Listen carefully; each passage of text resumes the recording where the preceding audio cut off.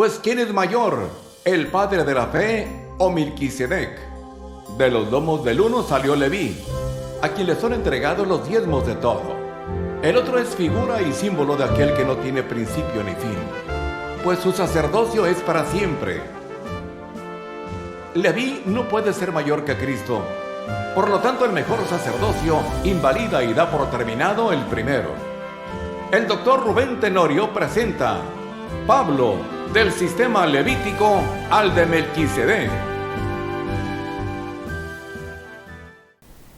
La Iglesia en sus orígenes reconoce como legítimo el sistema levítico y por lo tanto se reconoce que los diezmos y las ofrendas tienen que llegar hasta el templo, donde los sacerdotes y los levitas son los que tienen el derecho legítimo a recibirlos. Sin embargo, Pablo, en sus epístolas, desarrolla una teología basada en el hecho de que Jesús ha tomado el sumo sacerdocio, un sacerdocio distinto al levítico, un sacerdocio de acuerdo al orden de Melquisedec. Esto trae, por consiguiente, la caducidad del sistema levítico y la vigencia de un nuevo sistema, el sacerdocio al cual pertenece Cristo y al cual pertenecen los apóstoles, el sacerdocio de Melquisedec. Para esto Pablo desarrolla su teología a través de 8 argumentos teológicos importantes, donde presenta primeramente lo siguiente: ¿quiénes tienen el derecho y quién tiene más derecho? En este primer argumento, Pablo pregunta si realmente los levitas son los únicos que tienen el derecho y finalmente si son los que realmente tienen más derecho de recibir los diezmos. Por eso en 1 Corintios 9, 11 y 12, Pablo dice: si nosotros sembramos entre vosotros lo espiritual, ¿es gran cosa que cosechemos de vosotros lo material? En este punto Pablo dice que aquel que siembra lo espiritual puede recibir sin ningún problema también lo material. Y luego dice, si otros tienen este derecho entre vosotros, y aquí se está refiriendo a los levitas y a los sacerdotes, ¿no lo tenemos aún más nosotros? Aquí Pablo habla acerca de si los apóstoles también tienen el mismo derecho que tienen los levitas y sacerdotes. Sin embargo, no hemos usado de este derecho. Al contrario, antes soportamos todo para no poner ningún tropiezo al Evangelio de Cristo. Pablo dice que de por sí ese derecho ya lo tienen los apóstoles, el derecho de recibir los diezmos. Y aunque tienen ese derecho, él presenta el siguiente argumento: nosotros no lo hemos usado todavía, aunque el derecho de recibir los diezmos ya lo tenemos. Sin embargo, para no ser piedra de tropiezo para alguien, no lo hemos usado. Pablo quiere decir que algunas personas que estarían entrando al Evangelio de Cristo podrían cuestionar el hecho de por qué los apóstoles estaban ya tomando los diezmos, cuando este derecho pertenecía legítimamente en el Antiguo Testamento solamente a la tribu de Leví. Por eso Pablo presenta ahora su segundo argumento y dice: los que sirven en las cosas sagradas comen de las cosas sagradas. 1 Corintios capítulo 9 versículos 13 y 14, Pablo declara que es un derecho de que todos aquellos que sirvan en las cosas sagradas también reciban el sustento de esas mismas cosas espirituales para las cuales sirven. Por eso pregunta: ¿no sabéis que los que prestan servicios sagrados comen del templo y que los que sirven al altar del altar participan? Pablo se está refiriendo aquí a los levitas y fariseos que trabajaban y servían en el templo. Dice, ellos tienen derecho a recibir. Y ahora Pablo presenta un argumento incuestionable. El Señor ordenó que del mismo modo los que anuncian el Evangelio vivan del Evangelio. Pablo dice que esta no es una orden suya, ni de ningún apóstol. Esta es una orden de Jesús. Jesús deja la orden bien explícita de que aquellos que predican el Evangelio también puedan vivir materialmente del Evangelio. Y aquí encontramos el hecho de que Dios todavía en el tiempo de Pablo sigue reclamando como propiedad suya una décima parte de todas las ganancias, y que de esa décima parte legítimamente deben de vivir todos aquellos que predican el Evangelio. En el libro Hechos de los Apóstoles, página 270 y 271, encontramos la siguiente declaración. A este plan para el sostén del ministerio se refirió Pablo cuando dijo: así también ordenó el Señor a los que anuncian el Evangelio que vivan del Evangelio. Y más tarde, escribiendo a Timoteo, el apóstol dijo: digno es el obrero de su jornal. Pablo considera que es legítimo que los predicadores del Evangelio que llevan lo espiritual, que siembran lo espiritual, también reciban lo material para su sustento. Sin embargo, estos no son todos los argumentos.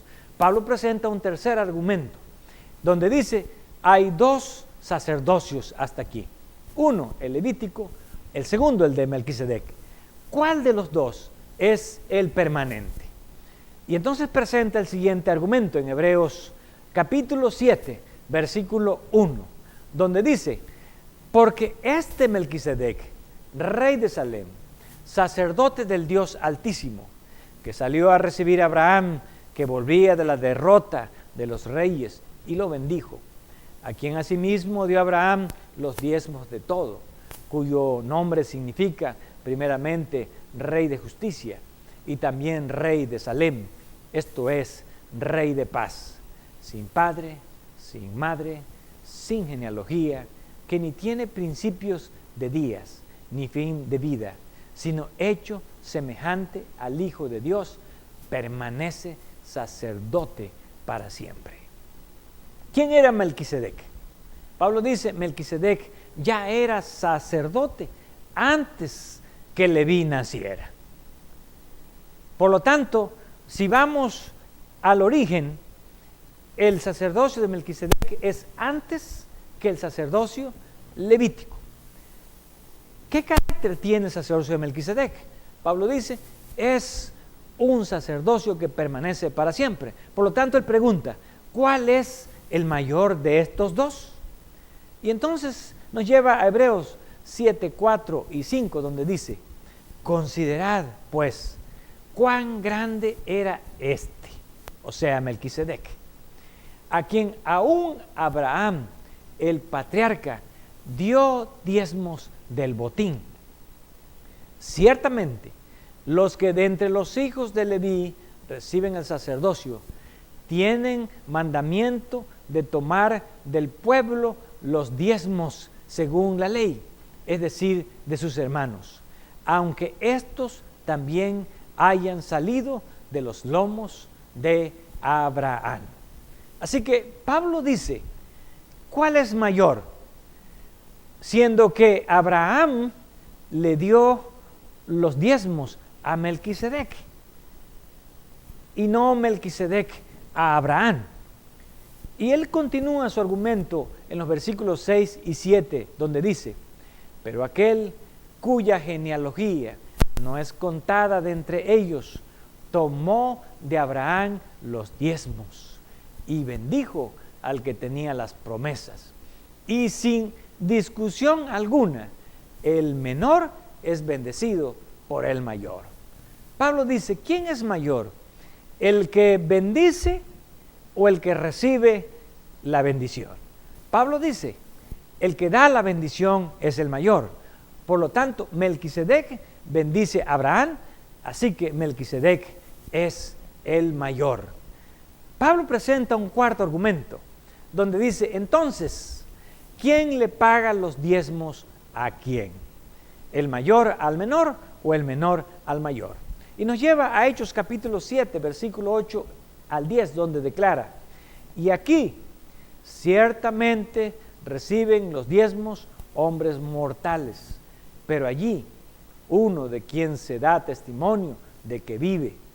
Y por decirlo así, en Abraham pagó el diezmo también Leví, que recibe los diezmos, porque aún estaba en los lomos de su padre cuando Melquisedec le salió al encuentro. Pablo desarrolla este argumento de la siguiente manera: el que realmente es mayor es el que recibe los diezmos. Y si el sacerdocio levítico hubiese sido mayor, entonces Melquisedec le tenía que pagar los diezmos a Abraham. ¿Por qué? Porque Abraham era padre de Leví, y Leví ya estaba en los lomos de Abraham. Y siendo que Leví estaba en los lomos de Abraham, al devolver Abraham los diezmos a Melquisedec, ya Leví también estaba diezmando a Melquisedec. Por lo tanto, el que recibe el diezmo en el sistema levítico reconoce que es mayor el sistema de Melquisedec. Quinto argumento. Y ahora Pablo pregunta: entonces, ¿cuál es el sistema perfecto? ¿El sistema de Melquisedec o el sistema de Leví? Y nos declara en Hebreos 7:11: si pues la perfección fuera por el sacerdocio levítico, porque bajo él recibió el pueblo la ley, ¿qué necesidad habría aún de que se levantase otro sacerdote según el orden de Melquisedec y que no fuese llamado según el orden de Aarón? Pablo aquí dice: si el sacerdocio de Leví hubiese sido perfecto, hubiera permanecido para siempre, no se hubiese levantado otro sacerdocio, que es el sacerdocio de Jesús, que no viene del orden de Leví, sino del orden de Melquisedec. Por lo tanto, esa es la evidencia de que el sacerdocio de Leví era solamente temporal, que no era perfecto, y que el sacerdocio que iba a permanecer era el de Melquisedec, al cual ahora Jesús pertenece. Y esto nos lleva a un sexto argumento: ¿dónde queda el orden y la ley levítica? Pablo contesta a esta pregunta en Hebreos capítulo 7, versículo 12, donde categóricamente dice: porque cambiado el sacerdocio, necesario es que haya también cambio de ley. Queda pues abrogado el mandamiento anterior a causa de su debilidad e ineficacia. Con esto Pablo resuelve el problema. Y él dice: el sacerdocio ya ha cambiado. Ahora tenemos un nuevo sacerdocio, el de Melquisedec, al cual Jesús pertenece. Y al cambiar la ley del sacerdocio, también tiene que cambiar la ley del diezmo. Por lo tanto, esa ley del diezmo que decía que los únicos que podían recibir los diezmos eran los hijos de Leví, queda abrogada, queda invalidada por un nuevo mandamiento. ¿Pero por qué queda invalidada? Él dice: a causa de su debilidad y a causa de su ineficacia. Sin embargo, Pablo presenta aún un séptimo argumento, y es el siguiente: ¿puede tener el sacerdocio quienes no descienden de Leví? De acuerdo a la ley del Pentateuco, los únicos que tenían el derecho de pertenecer al sacerdocio eran los descendientes de Leví. Pero ahora Pablo dice: tenemos un problema, porque en el nuevo sacerdocio el que lo representa no desciende de Leví. Y es lo que Pablo presenta en Hebreos capítulo 7, versículo 3 al 16, donde dice: y aquel de quien se dice esto, o sea, Cristo, es de otra tribu, de la cual nadie sirvió al altar. Porque manifiesto es que nuestro Señor vino de la tribu de Judá, de la cual nada habló Moisés tocante al sacerdocio. Y esto es aún más manifiesto, si a semejanza de Melquisedec se levanta un sacerdote distinto, no constituido conforme a la ley del mandamiento acerca de la descendencia, sino según el poder de una vida indestructible. Con este argumento, Pablo casi derrumba todos los argumentos que sean puestos a favor del sistema levítico. ¿Por qué? Porque él dice, en este nuevo sistema, el que lo representa es Jesús. Jesús no viene de la tribu de Leví, por lo tanto, Jesús viene de la tribu de Judá. Y la ley antigua establecía que solo los descendientes de la tribu de Leví podían ser sacerdotes. Y quienes heredaban ese sacerdocio lo hacían solamente porque pertenecían a una descendencia al cual le había sido dado el sacerdocio.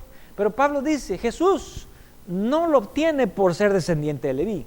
Jesús lo obtiene por su dignidad de sacerdote, porque Él es un sacerdote perfecto que lo demuestra a través de su vida y su ejemplo, lo cual es un argumento indestructible.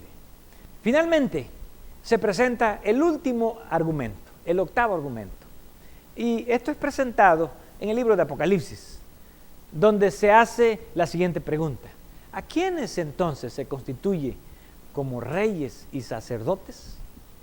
Porque Melquisedec, recuerden que no solamente era sacerdote, también era rey de Salem, un sacerdocio distinto, donde se es rey y se es sacerdote, donde se pertenece a un reino de sacerdocio. Y Juan en Apocalipsis 1, 5 y 6 hace la siguiente declaración: y de Jesucristo, el testigo fiel, el primogénito de los muertos y el soberano de los reyes de la tierra, al que nos amó y nos lavó de nuestros pecados con su sangre y nos hizo reyes y sacerdotes para Dios. Otras versiones dice, un reino de sacerdotes para Dios, su Padre. A Él sea gloria e imperio por los siglos de los siglos. Amén.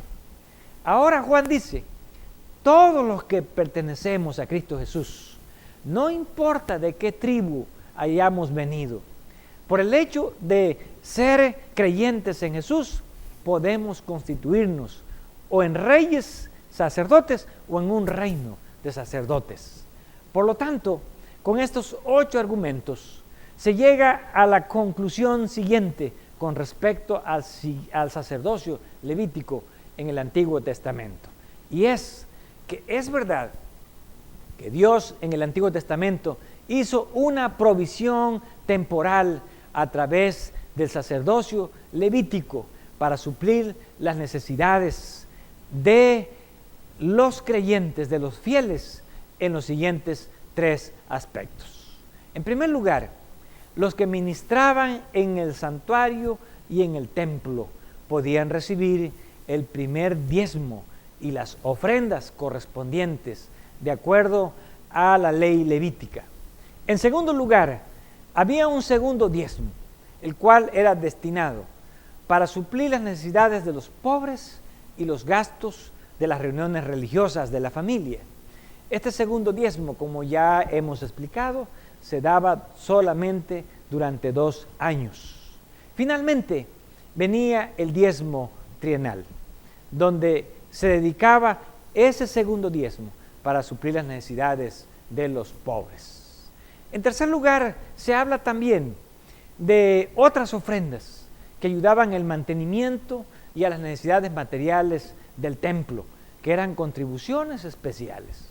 Sin embargo, cuando llegamos al Nuevo Testamento, nos encontramos con una iglesia cristiana que no tenía templos, que todavía dependía del templo en Jerusalén y que al principio respetaban el sistema levítico.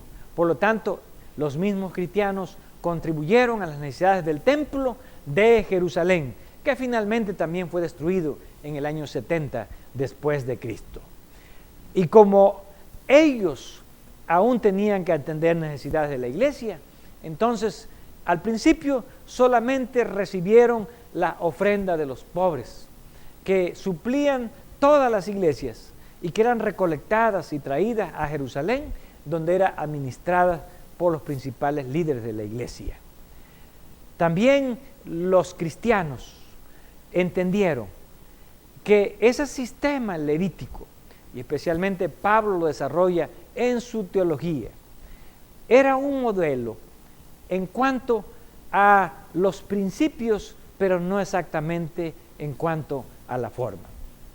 Por lo tanto, los cristianos adoptaron solamente el sistema del diezmo, que sería usado para el sostenimiento de aquellos que predicaban el evangelio. Un derecho que ellos sentían que era legítimo, que le había sido transferido del sistema levítico al sistema de Melquisedec, donde Cristo aparece como sumo sacerdote. Por lo tanto, encontramos que la iglesia primitiva al principio siguió el modelo del Antiguo Testamento, pero a medida que la iglesia cristiana se organizó y a medida que se desarrolló una nueva teología basada en el sacerdocio de Cristo, se llegó a la conclusión de que con el sacerdocio de Jesús el sistema levítico había caducado. Ahora está en vigencia un nuevo sistema, el sistema de Melquisedec, el cual es permanente, el cual fue puesto para siempre, el cual es el mayor, el cual es el perfecto, el cual representa Cristo, quien es el sumo sacerdote que permanece como rey y sacerdote para siempre. Por lo tanto, desde aquí en adelante, todos aquellos que creen en Jesús también pueden constituirse en reyes y sacerdotes según el orden de Melquisedec, y por lo tanto tienen el mismo derecho de vivir del evangelio, al igual que los levitas. Ahora los que ministran el evangelio han recibido la orden del Señor, que vivan del evangelio.